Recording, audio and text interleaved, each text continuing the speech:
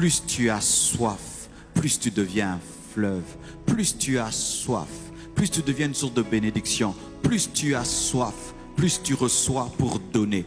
Plus tu as soif, plus tu reçois pour donner. Car ce ne sont que ceux qui ont soif qui reçoivent. Et ce sont ceux qui reçoivent qui peuvent donner.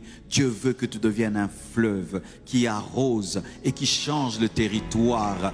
De sorte que tout ce qui était sec autour de toi puisse reverdir. La volonté de Dieu est qu'au travers de la soif que tu as, qu'il puisse t'impacter pour que tu impactes, que tu puisses être béni pour bénir les autres. C'est pourquoi la plupart des revivalistes ont été des hommes qui ont payé le prix dans le secret. Mais ce prix qu'ils ont payé n'a pas été que pour eux. Cela a béni des nations, cela a béni des familles et cela a engendré un mouvement qui a béni l'humanité. Lorsque Dieu t'attire vers la soif, il t'attire pas que pour toi, même si c'est ton cœur qui a soif de lui, mais en soi il veut déclencher au travers de toi un réveil qui va toucher les autres et qui va impacter les autres. Lorsque Haïdi Nabal était en train de chercher Dieu, il ne cherchait pas Dieu pour lui-même, mais il pensait qu'il le cherchait pour lui-même. Mais les choses qu'il a reçues ont engendré l'église de réveil de notre nation et voilà que nous sommes en train d'impacter le monde. C'est pourquoi il faudrait que tu puisses obéir à la soif que tu ressens, parce que derrière cette soif il y a un réveil, il y a une communauté, il y a des étendues qui seront touchées, qui seront impactées,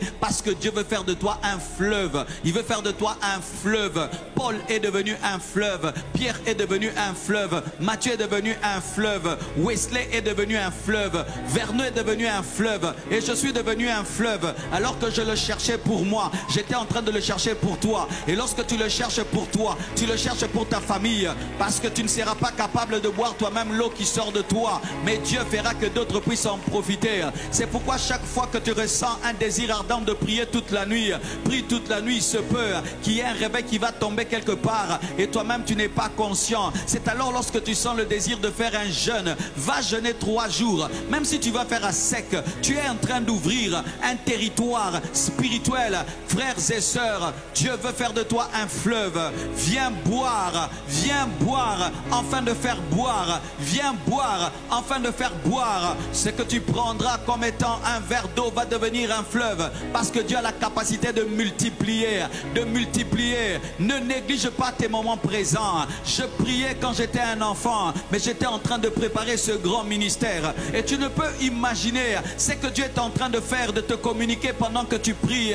C'est pourquoi chaque fois que tu ressens la soif, c'est l'invitation de Dieu de monter dans la présence. Il dit monte ici, monte ici. La prière plutôt la soif te dit monte ici. Lorsque les gens veulent aller dans les fêtes, on leur donne des invitations spéciales. Et lorsque Dieu veut t'inviter dans sa présence, il donne une invitation spéciale qui s'appelle la soif spirituelle. Elle peut te saisir pendant que tu conduis la voiture et tu commences à parler en d'autres langues. Elle peut te saisir pendant que tu es en train de prendre ta douche et tu commences à chanter dans la douche. Elle peut te saisir à 3 h du matin et tu commences à prier à 3 h du matin. Elle peut te saisir alors que tu es en train de travailler et tu entres en esprit, parce que Dieu ne te préviendra pas toujours lorsqu'il veut changer ta vie, mais au travers de la soif, il va t'annoncer ce qu'il veut faire. Tu cherches un prophète dans ta vie, la soif que tu as de Dieu, c'est la prophétesse de ton futur, car Dieu ne peut pas te donner une telle soif de lui sans que la dimension ne puisse exister.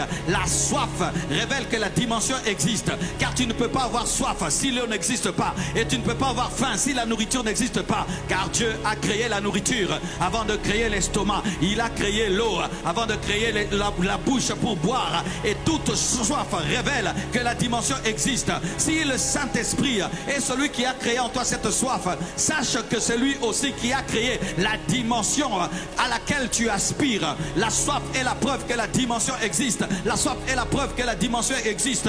Si tu as la soif des résurrections, sache que les résurrections existent. Si tu as la soif de vivre des choses extraordinaires, sache que cela existe, car Dieu ne peut t'attirer à lui si la chose n'existe pas, et Dieu ne peut t'attirer à lui s'il ne sera pas disponible à te visiter, à se manifester. C'est pourquoi accepter d'avoir soif, payer le prix de la soif qui pousse pousse à jeûner, qui pousse à veiller, qui pousse à lire la Bible, à crier, à agoniser, à contempler, à se retirer, à disparaître, à maigrir, à perdre des kilos, à devenir vilain. Oui, même si tu deviens vilain à l'extérieur, ça ne fait rien, mais à l'intérieur, les démons respectent l'intérieur. Tu peux être beau, les démons ne te respectent pas, mais lorsque tu es rempli du Saint-Esprit, revêtu de puissance, alors les démons vont te respecter. Il est temps que tu puisses accepter de perdre des choses pour gagner les choses véritables. Il est temps que tu puisses accepter